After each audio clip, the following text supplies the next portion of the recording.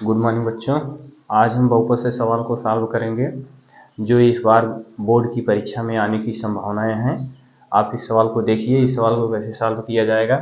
जैसे आपको दिया गया द्विघात बहुपद एफ एक्स बराबर 3x² माइनस एक्स माइनस 4 के शून्यक ज्ञात कीजिए और उसके बाद कह रहा है शून्यकों तथा इसके गुणनफलों के बीच में संबंध सत्यापित कीजिए। यानी सिद्ध करके आपको लाना है कि दोनों पक्ष बराबर होते हैं कि नहीं। जब इस टाइप के क्वेश्चन आपको दिए गए हों तो आप सर्वप्रथम क्या करेंगे, पहले आप इसको आदत को ऐसे लिख लीजिए। एफ एक्स इक्वल टू कितना लिखेंगे, 3x² माइनस एक्स माइनस 4। इसको ऐसे लिख लीजिए, -4 लिखेंगे। अब इसके बाद इसका क्या करेंगे, गुणनखंड करेंगे। 4 और 3 का गुणा करेंगे, पहले कितना हो जाएगा, 12 हो जाएगा। 12 का गुणनखंड कर डालिए, 2 2 6 12, 2 3 6, ये 3 हो गया, ये इतना आ गया। अब आपको गुणा करके 12 लाना है और घटा के कितना लाना है, घटा के 1 लाना है, यानी x लाना है। यहाँ x है ना, यहाँ ऋण का निशान लगा है। जब यहाँ ऋण का निशान लगा है तो आपको घटा के कितना लाना है, x लाना है। तो देखिए 4 3 12 करेंगे, 4 गुणे 3 करेंगे तो कितना हो जाएगा, 12, और 4 में से 3 को घटाएंगे 1 आ जाएगा। तो इसको आप ऐसे लिखेंगे, 3x² माइनस कितना लिखेंगे, 4x प्लस 3x माइनस 4। इसको आपको लिख दिया गया।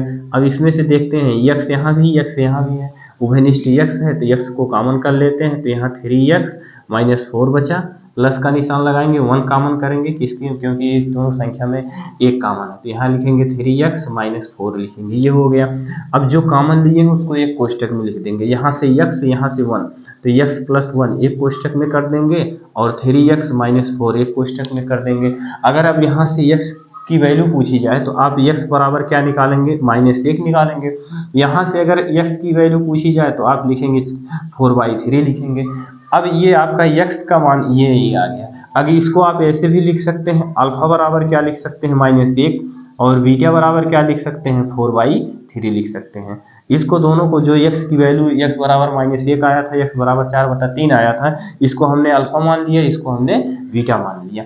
अब इसके बाद हम क्या करेंगे, इसके बाद ये जो आपके क्वेश्चन में जो आदत दी गई है, कितना लिखा गया है, 3x² माइनस एक्स माइनस 4, ये दिया गया है। अब इसी आदत में हम आपसे अगर a पूछते हैं, b पूछते हैं, c पूछते हैं तो क्या है, तो आप पहले a बराबर कितना लिखेंगे, a बराबर आप 3 लिखेंगे, यहाँ 3 लिख देते हैं। b बराबर आपसे पूछते हैं तो b बराबर कितना लिखेंगे, x के साथ किसका गुणांक है, 1 का गुणांक है, तो x बराबर -1 लिख देंगे। अगर यहाँ से c बराबर पूछते हैं तो c बराबर माइनस कितना लिखेंगे, 4 लिखेंगे, ये हो गया। अब इसको कैसे सॉल्व करेंगे, इसको आपको सत्यापित करना है, सिद्ध करना है, दिखाना है। तो यहाँ आप देखिए, अल्फा प्लस बीटा बराबर क्या होता है, -b/a। अगर अब आपसे हम पूछें अल्फा की वैल्यू क्या है, तो आप अल्फा की वैल्यू कितना बताएंगे, -1। अल्फा के स्थान पे क्या लिखेंगे, -1। बीटा की वैल्यू पूछते हैं तो कितना बताएंगे, 4 कितना बताएंगे, 3 इक्वल टू b का मान कितना है, तो b का मान आप बताएंगे -1 है। ये माइनस सूत्र से है और इस b का मान भी -1 है, तो -1 को कोष्टक में लिखेंगे। a का मान पूछते हैं तो a का मान आप 3 बताएंगे। अब इसके नीचे आप 1 मान लीजिए, 3 का गुणा इस अंश में कर दीजिए, -3 हो जाएगा, प्लस का निशान इसको यहाँ ऐसे लगा दिया जाएगा। इस 1 का गुणा 4 में करेंगे तो 4 हो जाएगा, बटे का निशान लगाएंगे। इस 3 का गुणा 1 में करेंगे तो 3 के 3 हो जाएगा, इक्वल टू ये ऋण और ये ऋण धन हो गया, 1/3 आ गया। अब यहाँ से 4 में से -3 को घटाएंगे तो कितना हो जाएगा, 1/3।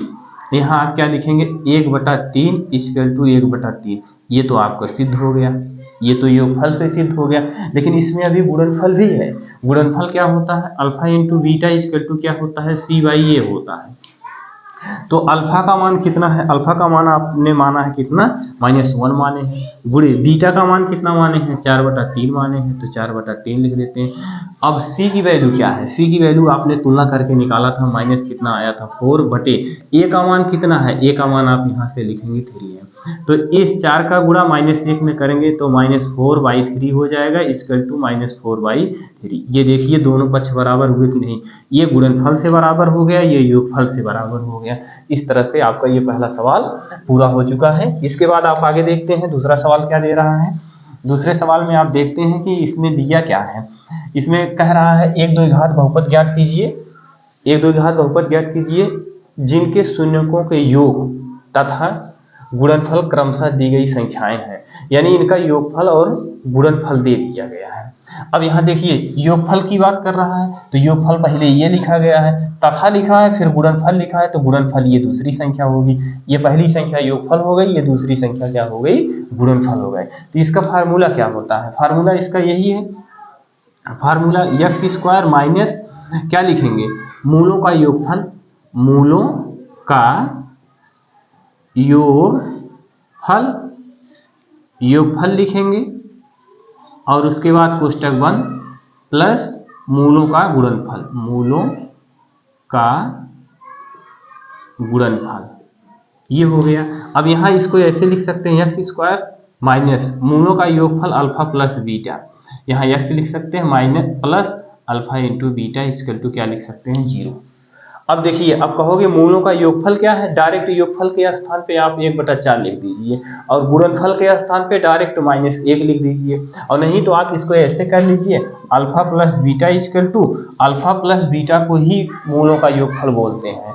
तो यहाँ कितना लिखेंगे, 1/4 लिखेंगे, और उसके बाद गुणनफल मूलों का गुणनफल अल्फा इंटू बीटा को बोलते हैं, alpha into beta equal to कितना लिखेंगे, -1, ये लिखेंगे। यहाँ लिखेंगे एक्स स्क्वायर माइनस मूलों का योगफल कितना दिया गया है, मूलों का योगफल कितना दिया गया, 1/4, यानी अल्फा प्लस बीटा के स्थान पे क्या लिखेंगे, 1/4, और इस एक्स को इसके साथ ऐसे लिख देंगे, प्लस अल्फा इंटू बीटा का मान कितना दिया गया, अल्फा इंटू बीटा का मान दिया गया -1, तो इसके स्थान पे -1 लिखेंगे, इक्वल टू 0 करेंगे। यहाँ एक्स स्क्वायर लिखेंगे माइनस, इस x का गुणा 1 में करेंगे, तो x का गुणा 1 में करेंगे तो x बटा कितना हो गया, 4। ये धन है, ये ऋण है, धन और ऋण का गुणा आप जानते हैं क्या होता है, ऋण होता है, इक्वल टू 0 हो गया। अब देखिए, जिस संख्या के नीचे कुछ नहीं दिया रहता है उसका हर सदा हम 1 मानते हैं, इसके नीचे 1 लिख देंगे, इसके नीचे 1 लिख देंगे। अब इसका अगर लासा लेंगे तो कितना हो जाएगा, 4 हो जाएगा।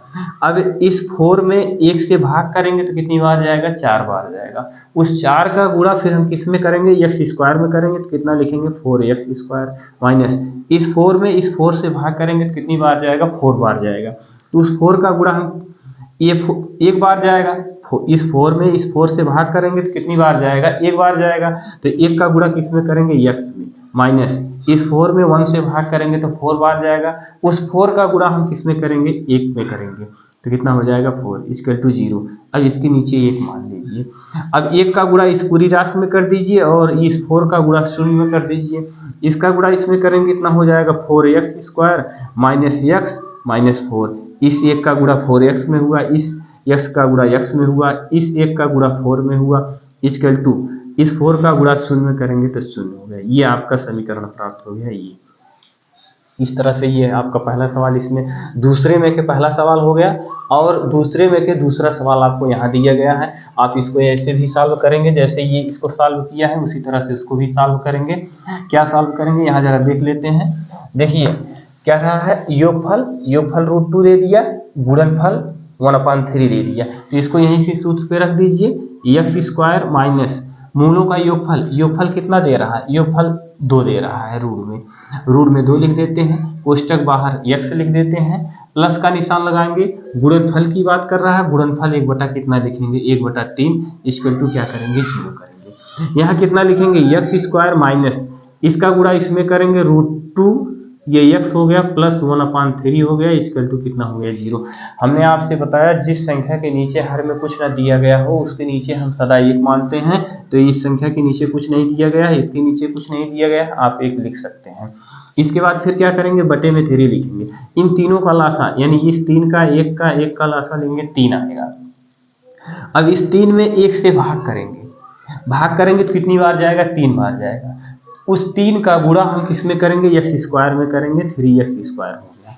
नहीं समझ में आ रहा तो यहाँ देख लीजिए, इस 3 में इस 1 से भाग कर रहे हैं तो कितनी बार जाएगा, 3 बार तो जाएगा, तब ये तो कैंसिल होगा। अब इसी 3 का गुणा हम किस में करेंगे, जो ऊपर अंश में दिया गया उसमें करेंगे √2x में, तो यहाँ कितना लिखेंगे, -3 प्लस का निशान लगाएंगे। अब इस 3 में इससे भाग करेंगे, 3 से इस 3 में भाग करेंगे, 1 बार जाएगा तो ये कैंसिल हो गया, 3 के 3 हो गया। तो अब यहाँ कितना हो गया, इस 1 का गुणा इस अंश में करेंगे 1 में, इक्वल टू क्या हो गया, 0 हो गया। इसके नीचे 1 मान लेते हैं। अब देखिए इसका गुणा इसमें करेंगे, कितना हो जाएगा, 3x स्क्वायर माइनस 3 रूट में कितना हो गया, 2x प्लस 1। अब इस 3 का गुणा शून्य में करेंगे तो कितना हो जाएगा, शून्य हो जाएगा। अब आपका जो है समीकरण जो पूछा था यही आपका बन के प्राप्त हो गया। इस तरह से आपको कोई भी सवाल दिया गया हो, बहुपद में कोई भी सवाल दिया गया हो उसको आप सॉल्व कर सकते हैं। अगर कहीं भी कोई समस्या हो तो उसको आप कमेंट करिए। धन्यवाद।